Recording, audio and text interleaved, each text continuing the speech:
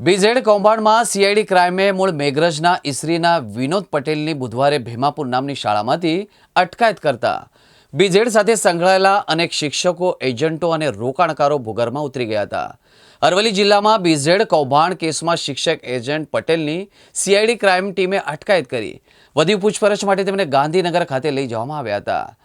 પટેલે 1300 લોકો પાસેથી 70 કરોડનું રોકાણ કરાવી ₹1 કરોડથી વધુ કમિશન મેળવ્યો હોવાનું તપાસમાં ખુલ્યું હતું, જેને લઈને ડીપીઓએ મીડિયા સમક્ષ નિવેદન આપી દોષિતો સામે શિક્ષાત્મક કાર્યવાહી કરવામાં આવશે તેમ જણાવ્યું હતું.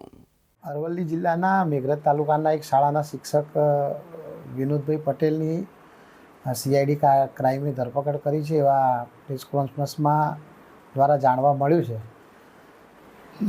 શ્રી વીડી પટેલની પહેલાં જ્યારે મેસેજ સમાચાર હતા કે તેમની સંડોવણી છે તે દરમિયાન એમને બોલાવવામાં આવ્યા હતા, તેમની પૂછપરછ કરવામાં આવી હતી અને તેમના નિવેદન પણ લેવામાં આવ્યા હતા અને તેઓ એ વખતે કચેરીની મંજૂરી વગર વિદેશ કેમ ગયા તે સંદર્ભે અમે નોટિસ આપી હતી.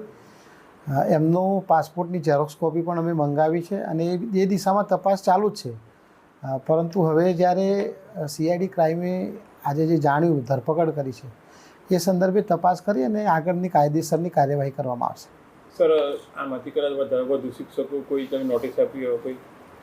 અન્ય શિક્ષકો પણ 5 જેટલા શિક્ષકો છે જેઓને કચેરીની મંજૂરી વગર વિદેશ પ્રવાસ ખેડ્યો છે, તેમને પણ નોટિસ આપી એમને ખુલાસા માગેલા છે અને તેમના સામે પણ શિક્ષાત્મક કાર્યવાહી કરવાની પ્રક્રિયા ચાલુ છે. અરવલ્લી જિલ્લામાં સર જો શિક્ષકોનું રોકાણકારોમાં નામ બહાર આવશે તપાસ દરમિયાન તેમના સામે કોઈ કાર્યવાહી થશે? નિયમ પ્રમાણે તમામ લોકોની કાર્યવાહી કરવામાં આવશે, તમામ લોકો સામે કાર્યવાહી કરવામાં આવશે.